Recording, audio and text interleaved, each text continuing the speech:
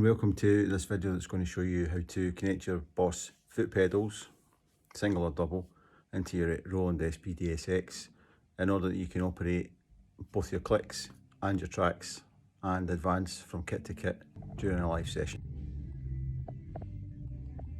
As you can see, I'm in my drum studio just now, just preparing to go out and do a show tonight. I'm just doing a quick video just to show you how to use your SPDSX with your foot pedals, and there are both single and double foot pedals you can use with the SPDSX, and they plug in through the back. There is a dedicated foot switch input, and as I said, you can use a single or a double. The double pedal gives you the advantage that you can fire two different signals from the same cable if you use a stereo cable. The single simplifies it slightly, but I prefer to use the double. Here are both the single and double pedals. The 5SU is a single pedal, polarity on the back, single cable. The beauty of using the double pedal is I can use the A pedal to both start and stop my clicks and tracks, and I can use the B pedal to advance forward.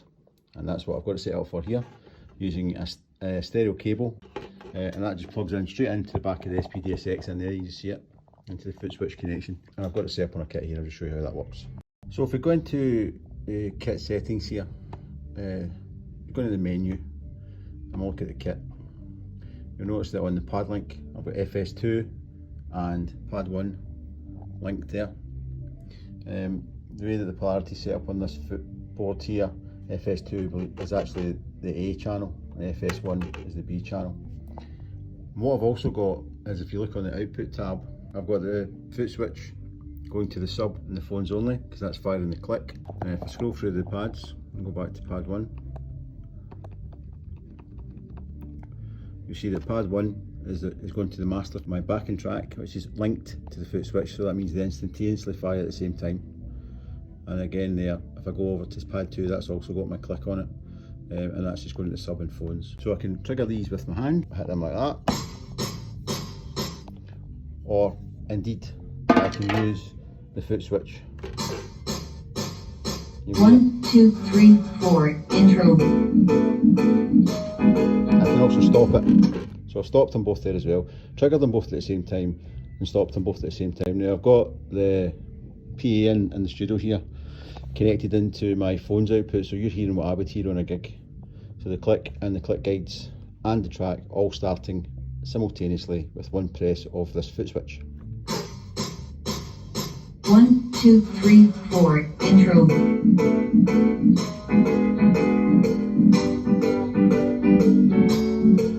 And if we go in through the menu and go to the pad menu, you'll see foot switch 2 is playing that Bob Marley jamming click. And if we go now to the pad menu, you'll see that foot switch 2 is playing the click of Bob Marley's jamming.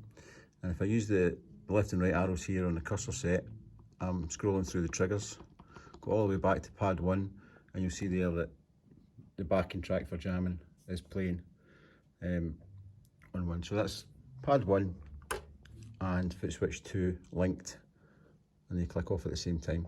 You can also adjust the volumes in here independently, and you can adjust your phone's volume. You can also adjust the volume of those two samples, and that adjusts your volume in your ears between the click and the backing track.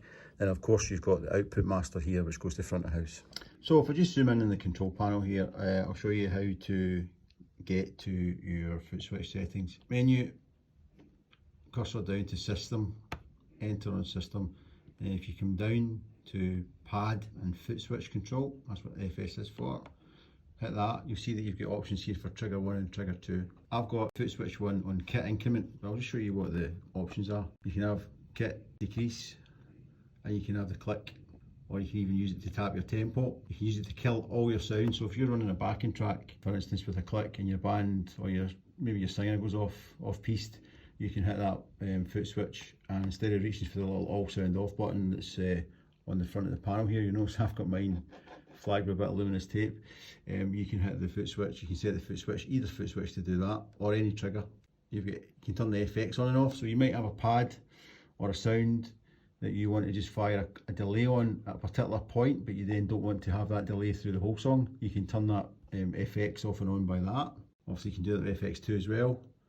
And then you've also got a pad check function. Again, it's the same as the button. It's on the front of the unit. You can press the little shift button here, also has a pad check on it. So if you press that and hold it when you're in a live scenario, you can check what that pad's firing without without turning your volume down, which is another option. Or without sending the sound to front of house, you can check what the pad's doing, and that's it. And you can, as I said, you can set these for all of the pads and all of the foot switch triggers. So again, just to drill on that feature, if I zoom into the control, so I'm looking at FS2 here, and as we know, I've got FS2 set up on this one. It's currently on off, but if I scroll through and set FS2 to click, I've got the audio output routed through my headphone socket, so you're hearing just now what I would hear in a live gig scenario. But if I then press this foot switch on FS and it's set to click, here's what happens. And then because I've got that foot switch set to alternate, I can then stop the click. So if you just wanted a quick check of what the kit click is set to, so this kit here is set to 122.6, and when I press this A pedal, it fires the kit, and if I press it again, it stops. So I've got that set to control the click, the internal kit click, to start and stop. The other nice feature obviously is that depending on the kit, you set the kit tempo to match your song, then when you hit that feature, you'll be able to give yourself a count in, even if you're not using a custom click. As you can see, this one's a bit slower because this one's at 80 BPM. And again, stop and start. So as I've said, that's your foot switch settings. I'm just using it for kit increment. That allows me to use the pedal on the right here to move up my kits. And the way I've got this set up on the pedal on the left, that starts my clicks and backing tracks. So if we go to pad menu, enter that, you'll see that on FS2, I've got my click set up. And again, I'll scroll through and go to pad 1, where I've got the backing set up. And then if I go back to kit, and go to common, you'll see that I've got FS2 and pad 1 linked, so they will fire at the same time. So whatever WAV you've got on pad 1, this pedal's going to fire it along with whatever you've linked on that foot switch. So here we go, so this should be the click and the backing. 1, 2, 3, 4, intro.